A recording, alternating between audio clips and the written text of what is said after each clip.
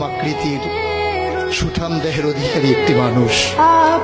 তার চুলগুলো ছিল ঘাড় পর্যন্ত প্রলম্বিত, হালকা হালকা কোকড়ানো।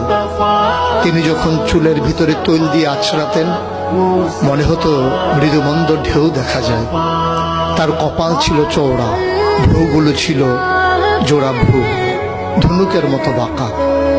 চোখের পাতাগুলো ছিল ফুটন্ত গোলাপের গোলাপি রঙের এক একটি পাপড়ির মতো।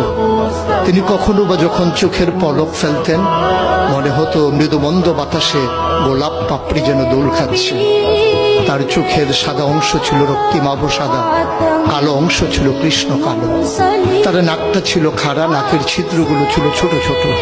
নাকের নিচে ছিল সরু চিকন গোঁফ, গোঁফের নিচেই সেই গোলাপি রঙের ঠোঁট।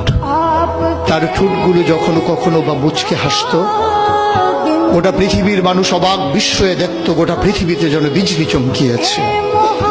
তিনি কখনো বা যখন এই রাস্তা দিয়ে হেঁটে যেতেন, 1 মাস পরেও কখনো যখন সাহাবা হাঁটতেন, তার গায়ের জান্নাতি গন্ধ তারা পেতেন।